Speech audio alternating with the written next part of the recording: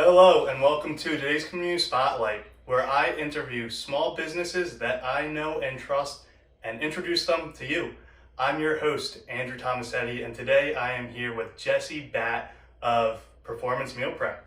Thanks for joining us, Jesse. Yeah, of course, man. So tell us a little bit about Performance Meal Prep. Yep, so we're a weekly meal delivery service. So everything that we do, it's all no subscription, all week-to-week ordering, as mentioned before. Big emphasis on fresh food from scratch cooking. So nothing that we do comes from frozen product. All of our protein is fresh. A lot of our produce here is sourced locally, depending on the time of year. Same thing with a lot of our proteins, and we always make it a point to use local vendors that give back to the local community. So I think that's a big thing for us. That's pretty awesome. For sure. So how'd you get into this?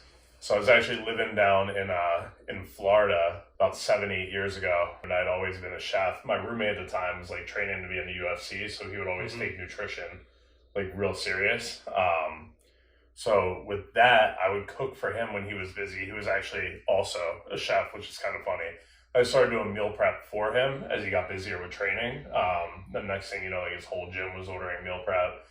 And then one thing led to another, and I was probably prepping for like 8 people down in Florida. Came back to Philly for vacation to see my family, realized that nobody here was doing this, and kind of just decided to make a move back and just start it up when I got back to Philly.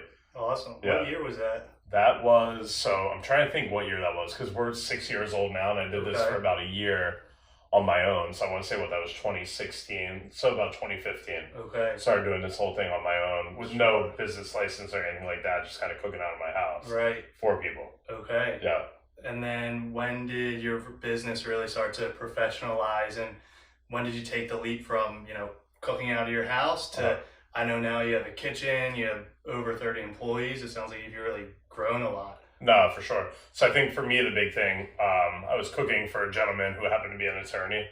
And he said to me, he's like, hey, why don't you let me get you an LLC, form everything for you. And in the back of my mind, I'm like, I don't need to do all this. Called my dad. He's like, yeah, you should probably form an LLC. So then I formed an LLC. Then the next thing, he's like, all right, we got to get you into a commercial kitchen. So they put me into a commercial kitchen. And the next thing, he's like, now you need a website. So he kind of pushed me in the direction of doing things the right way. And I'm happy that I met this guy. He's still a customer today. So that kind of started everything off officially. So it sounds like you've had some awesome mentors and coaches. No, for sure. Nice. A lot of good people, a lot of good chefs too, who have worked for me in the past, who I've worked for, who have helped me out tremendously. That's awesome. So yeah, I owe it to a ton of people, honestly. Nice. So what's one common misconception people have about the meal prep industry?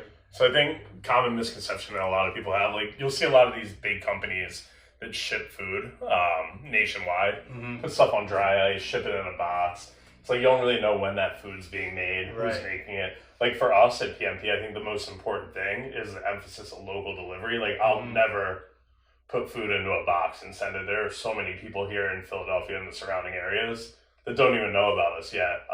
I just think that there's so much room for growth. I mean, we're one of the biggest cities in the country.